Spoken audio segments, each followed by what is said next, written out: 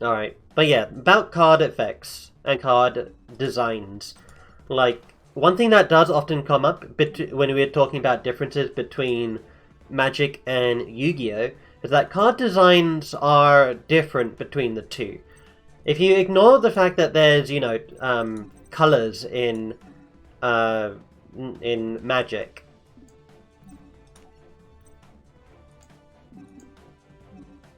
Yeah, use Bloom Diva, please. If you ignore the fact that there's colors in Magic, and, like, colors kind of define, the designs that you need, then it's, I don't know what my point there is, but basically colors define to a certain extent, the design of certain cards in the, in Magic, right? Like, red cards typically, might involve sacrificing, might involve, destroying things, or removing things, or might be burn. Green tends to be elves. It tends to be growth, I guess. We'll summon Condemned Witch here. And also it has pretty beefy monsters, right? Activate Condemned Witch, please. And in Yu-Gi-Oh! You don't really have that much, in the way of that, right? Light monsters don't tend to do the things that light monsters say they do. Or, there's no, light monsters, I guess you can make an argument that light monsters tend to give you life points, but take a look at this. Bloom Diva here is a light monster. She doesn't give you life points at all. Her effect is discontinuous from her attribute, right? So, can't be destroyed by battle or other card effects. That's not really a light thing, is it? And if this card is special summoned, or battles a special summoned monster, inflict damage to your opponent equal to the difference. Oh, is that only if it battles a special summoned monster? Interesting. Need to keep an eye on that.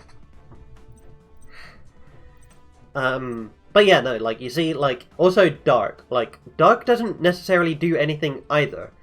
The attributes kind of mean nothing in terms of the design of the card, other than to go along with the aesthetic of the theme, I guess.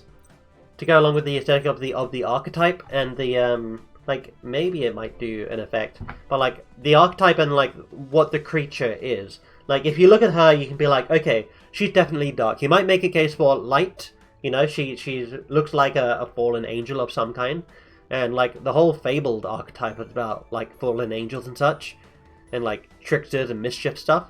So, and they're all light monsters, so, maybe. You might also make a case for, I don't know. I guess I could see this being earth. Can't really see it being wind or whatever. But, the attribute isn't necessarily indicative of what the card does. And neither is the type. This thing is a fairy. Why is it a fairy? What do fairies do? Fairies typically closely associated with light, normally. And go ahead and have you attack here.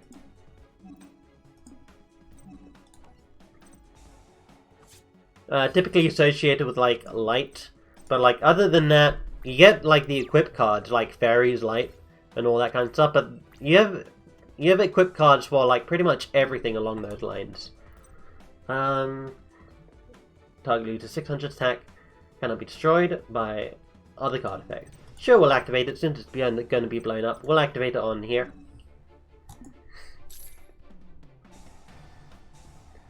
But attributes and types don't really matter much at all. Are you actually gonna XC summon using those things? Wow, the madman.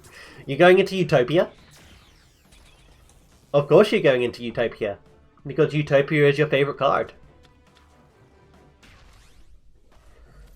So, yeah, Utopia is a light warrior monster, right? Doesn't really mean anything other than, what he is. Look at him. If you're okay, what... If you look at this artwork, and you're what is, what is this thing? You might say warrior, you might say machine, you could say, it's a light monster, because it's got all the gold on it, and the white. Yeah, that's pretty much what the warrior section and what the light section mean. There are supports for whole archetypes and everything. We'll use Condemned Witch's effect. Go out into Aria. We could have gone into something else because we have a Melodious monster on the field. You're Melodious Choir, huh? Not a Melodious Maestro. Interesting. What's the other one? Is the other one a Melodious Maestro? You are a Melodious Maestro. Oh, but Bloom Prima is a Melodious... Okay, I see. Don't have anything for there. Okay, well, we'll turn Aria to attack mode. Effects are negated. So, okay, look at this. We go into battle. We attack here. Utopia's effect activates. I will chain with Forbidden Chalice. Nice. This is a Utopia counter right here.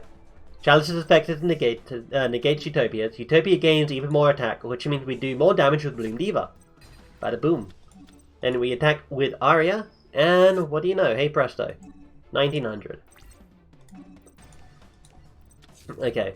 But what really does define, like, monsters and their effects and, like, cards is the archetype that they're in.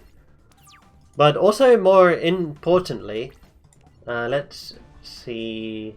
Okay. But also, more importantly, like, archetypes and, not necessarily more importantly, but something else that's interesting to think of. I can't use Diffusion because I have Aria out. That's interesting. One other thing to think about is, also, if they serve something in the anime or in the manga. Like, there are cards that are designed to, like, fulfill a specific role in a specific time in the anime or manga. Like, thinking about things like, first, like, biggest thing that comes to mind is the Ajamas. And, like, their connection with, like, the VWXYZ and the, let me see if I can show you some examples. So we go into not card shop, we go into deck edit. We go over, yeah, we go over here. And let's do Ajama.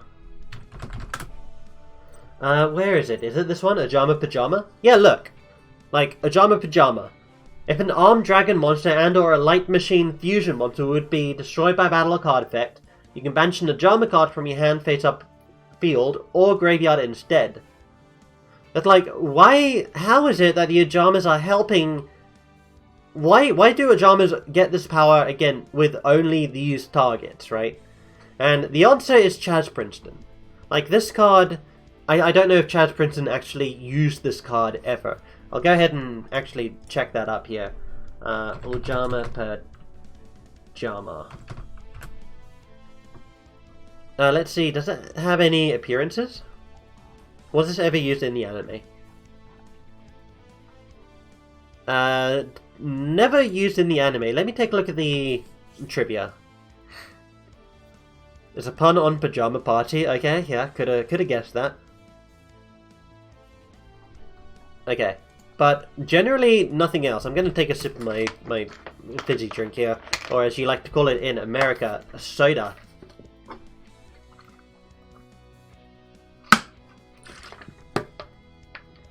It's diet, so I'm healthy. That's how that works, right? Anyway. But yeah, Ajama Pajama doesn't make sense in itself. And like, what is it about the Ajamas having a party that helps them protect these other monsters? Like, it doesn't make sense. It does not make sense! Like, look at this art. Where is a light machine fusion monster depicted in this art? Where is an armed dragon depicted in this art?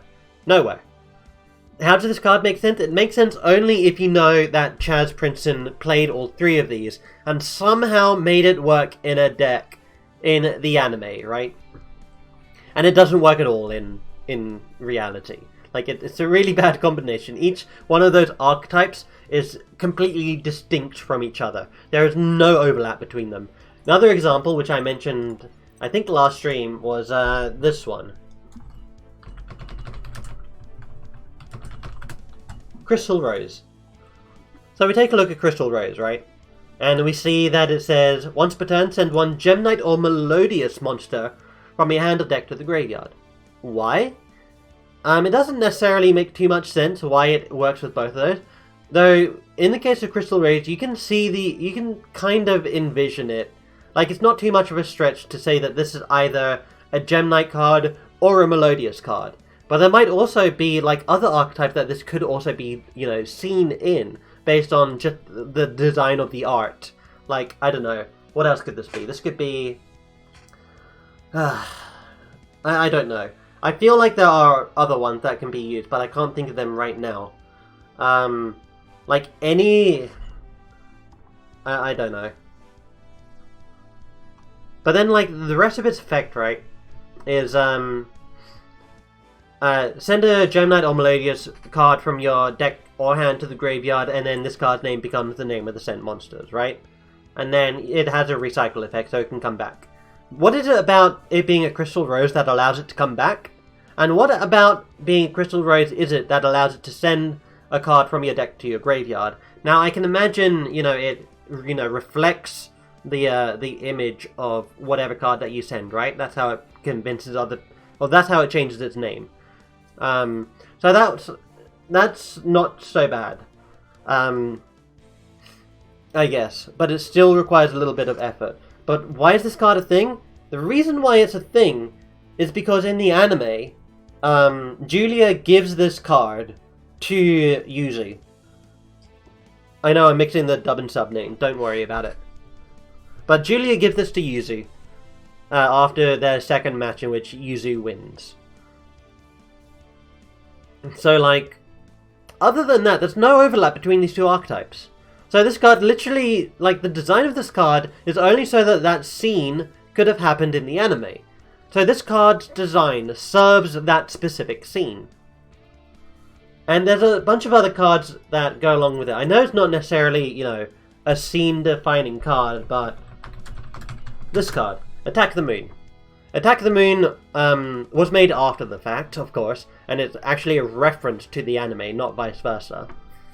But there's that. What else is there? I feel like there's a bunch of other cards as well. There's actually a Reddit post on this, and I would put it in chat, but yeah, I'll go ahead and put it in chat.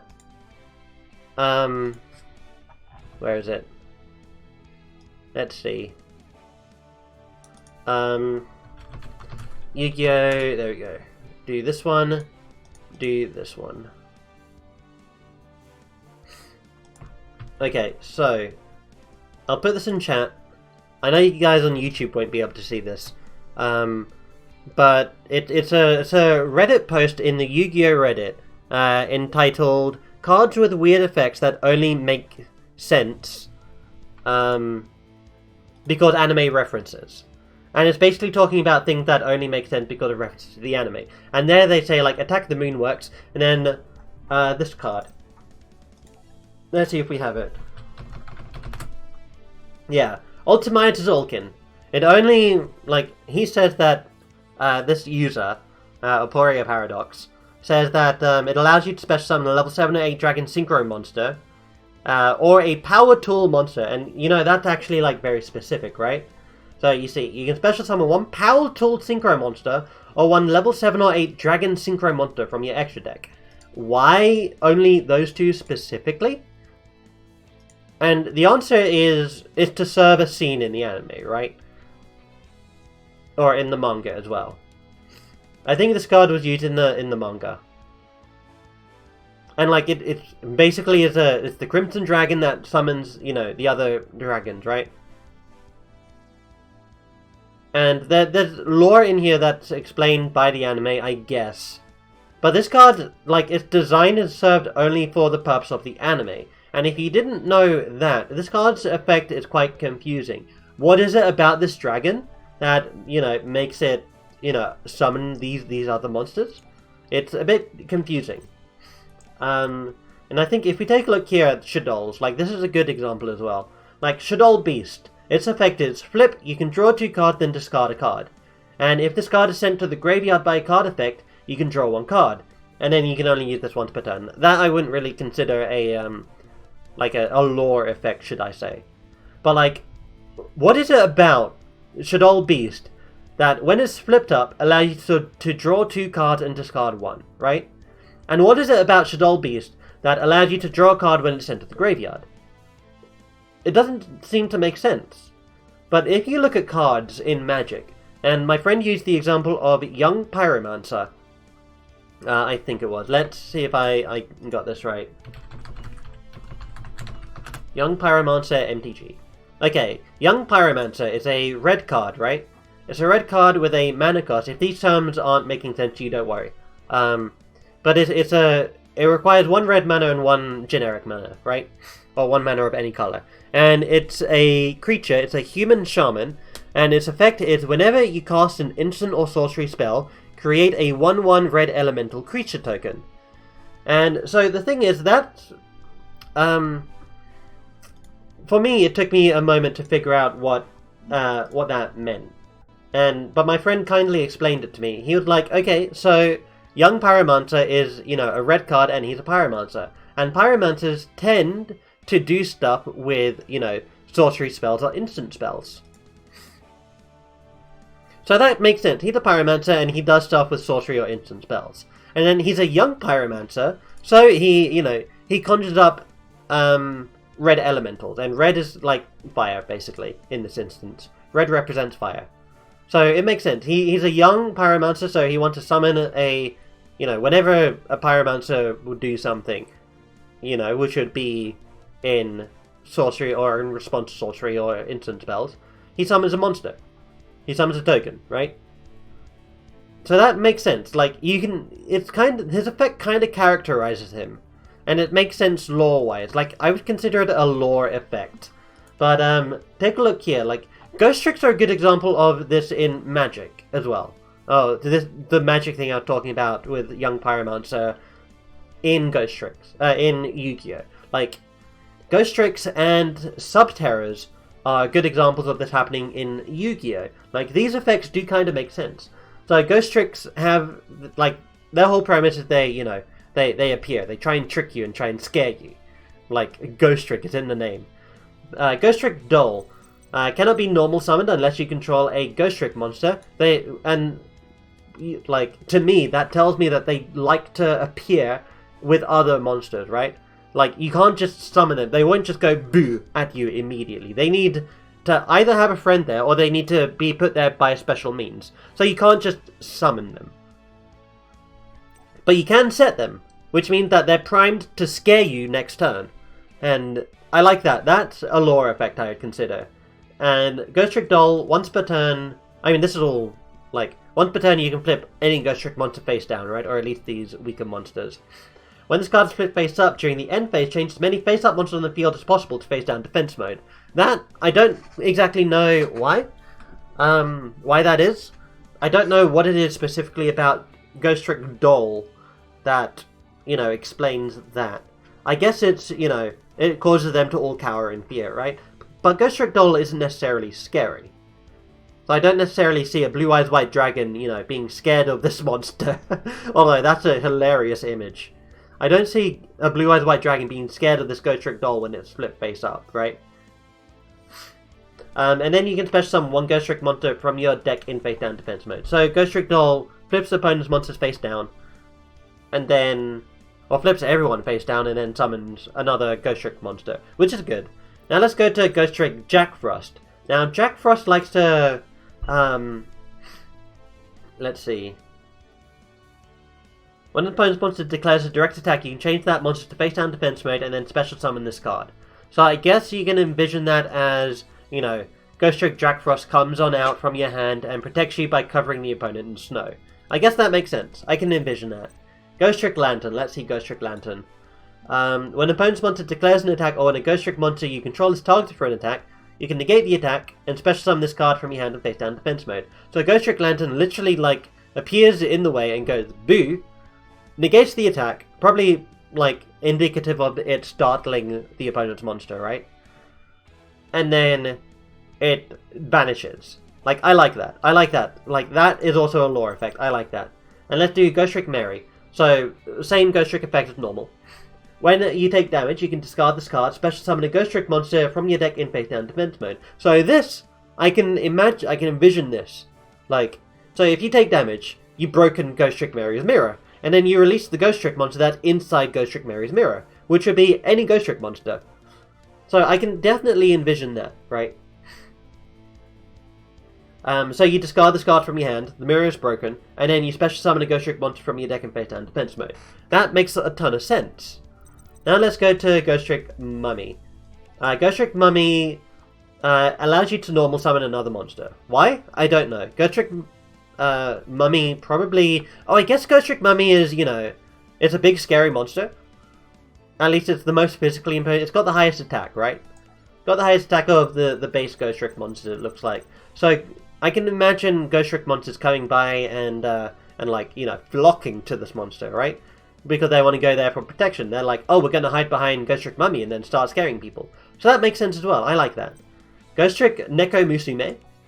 Let's see what your effect... Let's do show details. When a level 4 or higher monster is normal or special summoned, change that monster to face down defense mode. Why? I don't know. Probably some sorceress magic, I guess? There must be another Ghost Trick monster on the field to activate and resolve this effect. So she's shy. She only does this when there's another Ghost Trick monster, right? Maybe she's not confident in her powers. I can envision all of that from this monster. I admit that I might be getting creative here. But it's not too much of a stretch for me to identify all of these, right?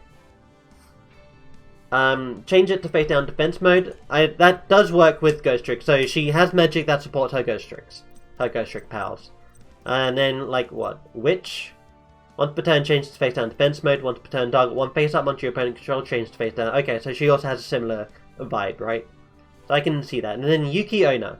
When this card is destroyed by battle and sent to the graveyard, you can change the monster that destroyed its face down defense position. That's a curse. Like, you know, if you annoy a Yuki Onna, it's going to curse you. So this would be the Yuki Onna's curse. I can completely see that as well. And then Spectre.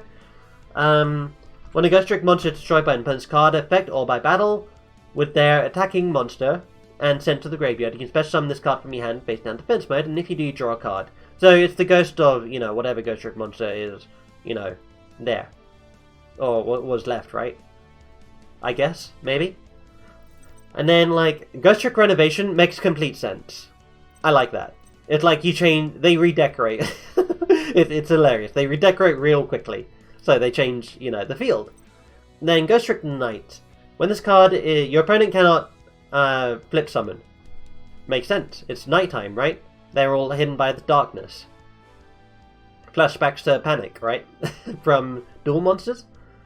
When this card in your possession is destroyed by your opponent's card and sent to the graveyard, your opponent cannot declare attacks for the rest of this turn. That's interesting. I can't really see necessarily why that's a thing, but I guess it's, you know, it's... There might be a thing, I just can't see it right now. But that may be a bit more discontinuous in terms of their lore effects. Ghost Trick Scare, target any number of face down defense position monsters you control, change to face up defense mode. They all pop out. Like, that makes complete sense. And then you scare your opponent's monsters. So you can flip that many monsters on their side of the field face down. They're scared, they want to hide.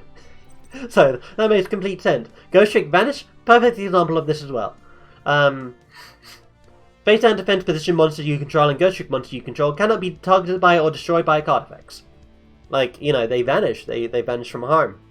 Perfectly reasonable. And then Ghost Trick Go Around, I just love the idea that they're in the mansion and then like a wall, you know, spin them around and reveal the Ghost Trick monster. But yeah, no, that all makes sense. But then you get like, you know, So Cute Boss. Once per turn, detach an Xyz material from this card. While you control another Ghost Trick monster, your opponent cannot target this card for attacks. Why? I don't know. She's hiding behind the Ghost Trick monsters, I guess. And then you can detach an Xyz from this card. Target one monster on the field with attack less than or equal to the combined attack of all Ghost Trick monsters on the field.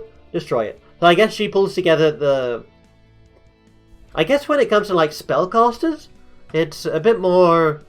It requires a bit more innovation, right? But you can basically define what this creature is doing based on the effect. Like, it's like, okay, this monster has the ability to combine the attack, or to combine the might of all of your Ghost Trick monsters, and then blow up a monster whose might is less than the combined might of all your monsters, right? Let's check Doulahan. Once per turn during either player's turn, you can attach an Xyz from this card. Target one face-up monster on the field, half his attack. Why half his attack? I don't know.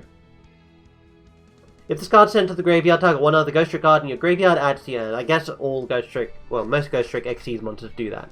So that's just an archetypal thing, I guess. Helps the deck to run, I guess. This card gains 200 attack for each Ghost Trick card you control. Why? I don't know. Angel of Mischief is also interesting. It's like, you know... When the number of exceeds material on this card becomes 10, you win the duel. Why? Well, presumably because she's caused so much mischief that you give up. Or, like, you can't handle it anymore. And, like, she wins. Like, that's her ultimate trick. Her ultimate trick is you win.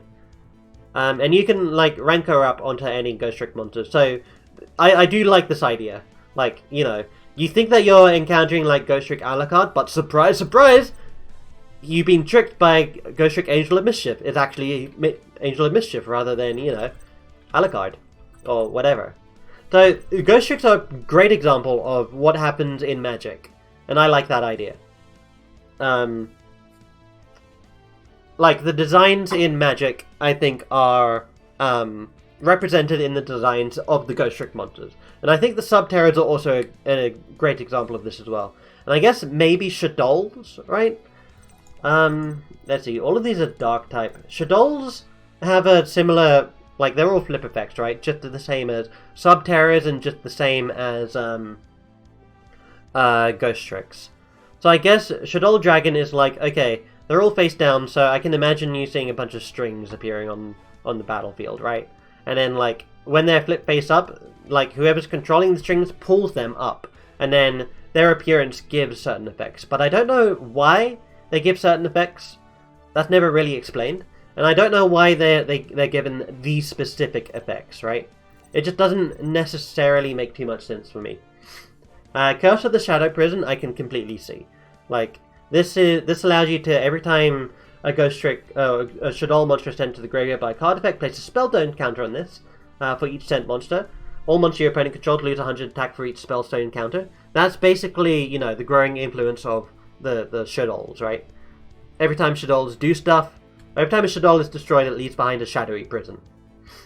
And, like, it's cursing your opponent, so, you know, the more you engage, the more you fight against the Shadows, the worse it's going to be for you.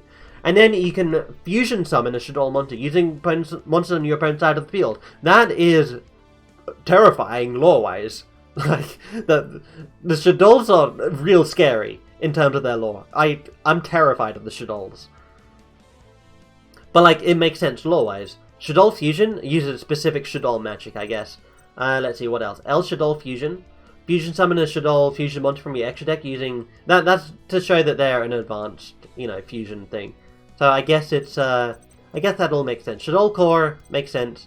Sinister Shadow Game. Send one Shadow card from your deck to the graveyard, then you can change any number of face-down defense monsters. Shadow monsters on the field face-up. Okay, I can see that as well. Perfectly fine. And then also, like, Solomon Judgment. Not necessarily a Shadow card, but indicative of, like, the design being reflected in the artwork and in the text. But then, let's say we go into Trickstars, right? Let's see, can we do Trickstars? I'm actually getting out of breath. Trickstar. Okay. Trickstar Lilibel. If this card is added to your hand except by drawing it, you can special summon it from your hand. Why? I don't know. You can only use this effect once per turn. Oh, I guess it's because it's making her grand entrance, right? This card can attack directly. Why? I don't know. She's got wings, maybe? I don't know. She's a fairy type. But, like, everything else is a fairy type. And then, Candia. Candina. When it's normal summon, add a Trickstar card from your deck to your hand. Okay, why? What does she do? She calls the masses? Or something? I don't know, she has a megaphone. It doesn't necessarily make too much sense. Each time your opponent activates a spell or trap card, inflict 200 damage to them immediately after it resolves. Why? I don't know. Like, the Trickstars are all, like, idols. They're all based around, like, idols, right? And these are also a case of a card, of an archetype that's designed for a specific character. So I can imagine that some of these cards have effects that help the main character, Aoi Zaizen. What's her name in... I think it's Sky? Sky something? Blue Sky? No, that doesn't sound right. I know it's Sky something. But some of these monsters' effects could be because they are, you know, used with, what is it? Because they're made to help Aoi out of certain situations in the anime. Like, I can totally see things like that. What is this? Trickstar Reincarnation. Banish? What? And then they draw the same number of cards. You can banish this card from your graveyard, target one Trickstar monster in your graveyard. That's insane! What? You can just banish your opponent's entire hand? I mean, sure, they get, like, it's technically, it's not even a -1. It's a delayed neutral. When it's activated, it's a -1, and then next turn you get a +1 from it if you have a Trickstar monster in your graveyard. Trickstar reincarnated. How does this make sense? It removes your opponent's entire hand. What is it about a Trickstar reviving that banishes your opponent's entire hand? You know, I don't think that necessarily makes too much sense. And like, let's take a look at this one. Trickster Mandrake. If sent from your hand to the graveyard, special summon it in defense mode. I don't necessarily know why. I guess I don't know the Trickstar archetype too much. But also, like, Lunar Lights are especially notorious for this as well. So let's take a look at some Lunar Lights. Okay, we have our Lunar Light monsters here. We have Purple Butterfly. You can send this, it's a hand trap basically, that you can only use during your main phase. And it gives your Lunar Light monster 1000 attack and defense. Now I can understand that it has, like, maybe it gives them wings, right? I can understand that, it gives them a power boost somehow using magic. I don't know. But it's, you know, I can kind of see it happening. Let's see, who else? Kaleido Chick. Send one Lunar Light monster from your deck or extra deck to the graveyard, and then this card name becomes that. Why? Presumably she has magic that, you know, allows her to represent other Lunar Light monsters? If this card's sent to the graveyard by card effect, target one poly in your graveyard adds to your hand. Why? I don't know. And then Crimson Fox. If it's sent to the graveyard by card effect, target one face up monster your opponent controls, change its attack to 0 until the end of this turn. Why? Someone tell me, I don't know. When a card or effect is activated that targets a Lunar Light monster you control, you can banish this card as a quick effect from your graveyard, negate the activation, and if you do, you play gains 1000 life points. Why? Why? Someone tell me, please. What is it about Lunar Light Crimson Fox that allows it to have access to these abilities? Like this creature that we see before us. Take a look at it. I don't know, it beats me. Alright. I think I've made my points clear. Yu-Gi-Oh's effects don't tend to be continuous with the design. Certain archetypal designs do work. Like, I'm also reminded of Triamids. They have a bunch of, you know, field spell cards, and they represent a pyramid that changes form. And I like that. Like, that design seemed pretty cool, and I like that. Don't necessarily know why some of the monsters in the archetype do what they do. Let's take a look at some examples, if we have any. Yeah, like Triamid Dancer. Target one Triamid card in your graveyard, shuffle it into your deck. If you do, all rock monsters you control gain 500 attack and defense. Why? It protects your monsters, I guess. But why? Because she's dancing? Once per turn during your opponent's turn, you can target one Triamid field spell card in your field zone, send to the graveyard, and if you do, activate one. So I guess she has magic powers that revolve around transforming the pyramid, I guess, maybe. I don't know. Ugh. I didn't expect to be spending the better part of an hour talking about this. But I think it shows a design, an interesting design difference between Magic and Yu-Gi-Oh! Like, some of these monsters' designs and artworks, and some of these cards' designs and artworks don't necessarily go with what they do. Triamid Sphinx. Must be special summoned with the effect of a Triamid card, can be special summoned other ways. So only Triamid Magic can bring this thing out. I can see that. If a face-up Triamid card you control except for Sphinx is destroyed by battle card effect, special summon this card from your hand. Okay, it's a protector. While you control another Triamid card, gains 500 attack and defense for each field spell card with a different name in your graveyard. So for as long as the Triamid Pyramid has been in play, and how many times change form this card gains extra power, right? Also, monster your opponent controls cannot attack except for Triamid Sphinx. No, it's a monster that protects and it powers up the more the pyramid has changed, right? So I guess it responds to what the pyramid does, right? I guess. Anyway, and then lastly, Triamid Master. Send one face-up Triamid card you control to the graveyard, target one set card on the field, destroy it. What? I don't know. Once per turn during your opponent's turn, you can target one Triamid field spell card in your field zone. Send it to the graveyard, and if you do, activate one Triumid field spell card from your deck with a different name. It's a quick effect. So that part, you know, if there's a Triumid master, he knows how to do Triumid magic, right? Don't necessarily know why he blows up your opponent's card. I mean, I get that it helps, right? But, yeah, anyway. What about Skull Servant? King of Skull Servant gets more powerful with more Skull Servants in the graveyard. That makes perfect sense. Lady in White? Protects, I guess? Has protection magic? And then, like, White Mare? I don't know. It's interesting. Okay. That was such a rant. that was massive rant. I'm not normally a ranter. I guess this is what happens when I can go unfiltered for, like, you know, better part of an hour. Anyway, I'm gonna turn on the break text. I'm gonna turn off my webcam. And I'm gonna go and catch my breath. Jesus Christ. I'm gonna go ahead and mute my microphone as well. So I'll be back in, well, whenever I can. That winded me. Oh man. I'll be back soon. Enjoy the luscious music of whatever this is.